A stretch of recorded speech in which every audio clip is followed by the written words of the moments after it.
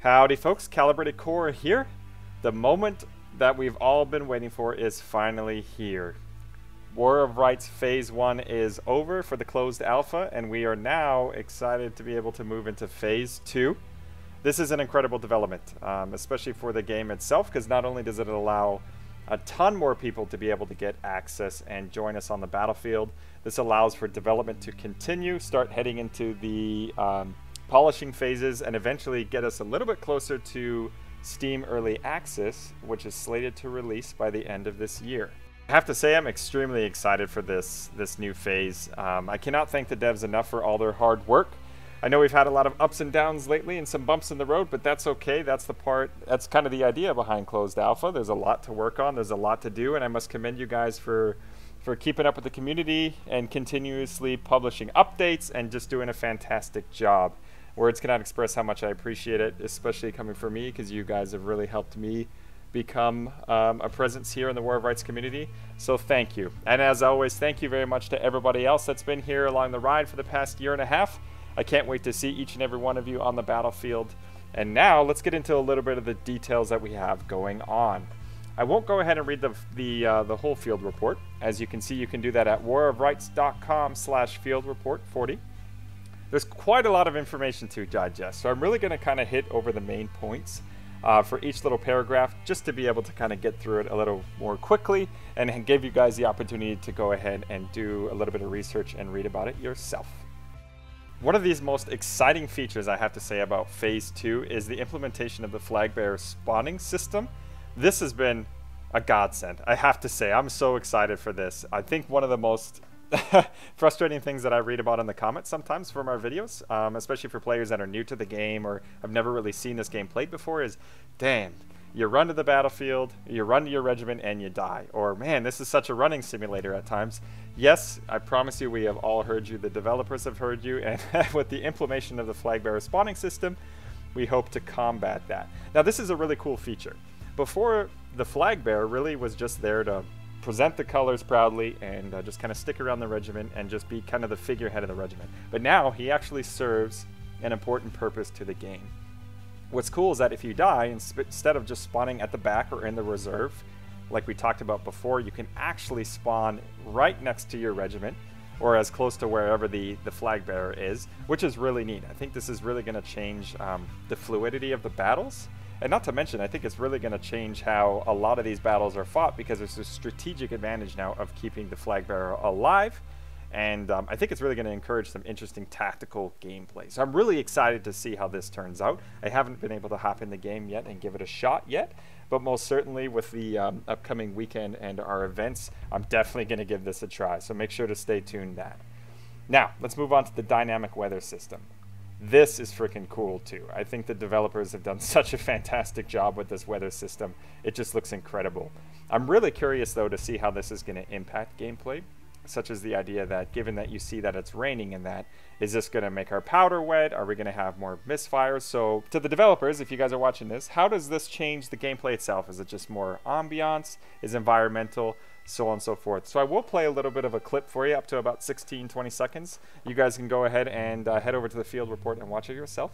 But I just really wanted to show you what these guys have been working on, because I think it's just absolutely incredible. So let's check it out. Achieved with CryEngine. Fancy.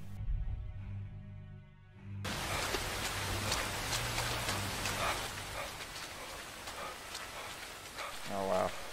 That looks awesome.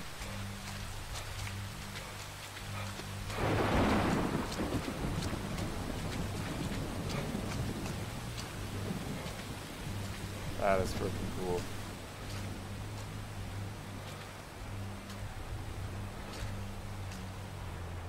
Outstanding, devs. That is freaking cool. I love it. I watched the whole video before just so you guys could get a good look to see, or just so I could get a good look rather, to see what it was, and I was just blown away. I think it looks absolutely amazing. You have done such a fantastic job, and I can't wait to see how this is going to impact gameplay itself. So moving on, let's go over what the devs have done in the past 6 months. I think this is really important for people that are just kind of getting into the game and seeing, oh, or have any questions rather of, you know, are the developers active? Do they you know, release updates, so on and so forth. Why should I get this game versus every single Steam Early Access game? Well, I can tell you this. We have proof in the pudding right here. The devs really have released 22 alpha updates. They've done an incredible job fixing crashes and putting out maps and adding regiments and a whole slew of things. Some of the more key important things you're going to see in the font like this, down underneath the skirmish, or excuse me, yeah, the skirmish photos, I guess that would be the screenshots. So I'll go ahead and take a look. I'm just going to kind of pick out the one of my favorites as I go along. I think the biggest one for me, though, is the countless of server and client crash fixes. This has been incredible, considering, you know, just about every time you put an update in, something breaks, and that's been the truth for a lot of games. And in this case, that's no different. So I really appreciate you guys getting on those bugs and getting those crashes out. And I know it can be extremely frustrating. I'm not a developer, but I can certainly understand how frustrating it can be for the community to be able to play and then crash, and then for you guys having to fix it and so on and so forth. So great job with that. Keep up the good work. I have to say the overall UI is one of my favorites as well. I love the new UI. I think it looks great, and I can't wait to see where that's going to head to in the future when we get to pick our own, you know, weapons and accoutrements and so on and so forth. So as you see, as we scroll down here, we'll take a look at the screenshots. Looks like we got a little broken link there. We have to fix that one. Oh, this was cool.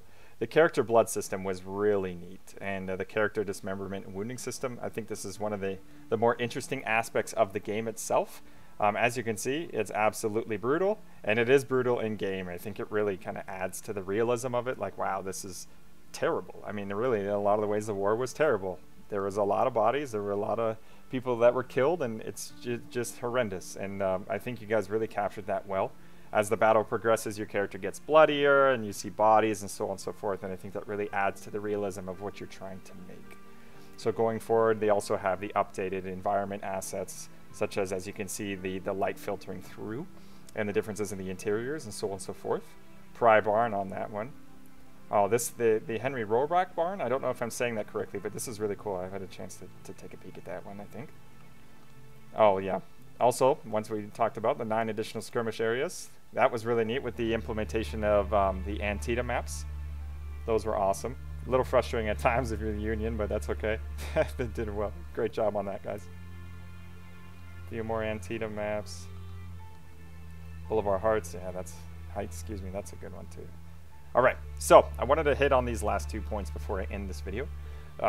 So due to the project having entered Skirmish Phases 2 and nearing its Steam Early Access launch, we are hoping to be able to reach that by the end of the year, but as you guys know, development takes time and we can run into some issues. And when I say we, I definitely talk about, you know, in regards to the community and War Rights as a whole. Like I said before, I'm no developer of any sort, but I certainly have contact with those guys every once in a while, and I appreciate them kind of guiding me and answering my questions as I go along. So in this case, I use the word we, because we are, as a community, going to be entering early access, or hoping to, by the end of the year. So make sure you guys keep an eye on that.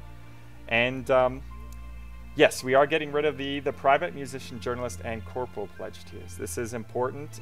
We are going to go ahead and start winding down the crowdfunding campaign and start preparing and polishing up for the Steam Early Access, so that way we can get the game out to a lot more people.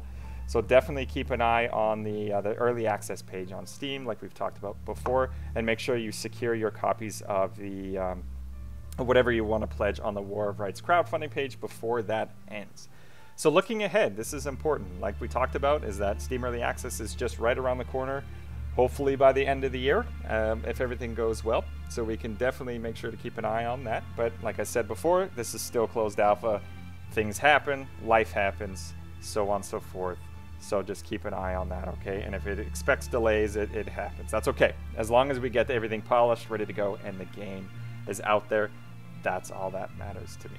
So I really hope you guys get a chance to check out this video and check out the field report. And once again, devs, great job. Fantastic job over the past 6 months. You're really doing really well, and I'm so excited to see where this goes. This is one of my favorite games of all time, really. I'm sure a lot of people say that, but really I think what you guys have here and what you've managed to capture in regards to providing such a historically authentic game is just incredible. So keep you up the great work. Great job. Thank you everybody for watching this video. Oh, and before I go, I don't remember if I announced this or not. I just want to head back up here. Phase 2 is open to all Sergeant tiered backers and above. This is extremely important. So if you're a Sergeant or above, make sure you check your emails and that so to make sure you get your keys. And furthermore, if you guys, now that you know this is entering Phase 2, if you need to bump up your pledges to Sergeant to want to be able to hop in the game, please do. This is going to be fantastic. The more people we have, the better that we can test the servers and squash more bugs. So without any more information, thank you very much for being here. I appreciate it. I can't wait to see you on the battlefield. Have a good one.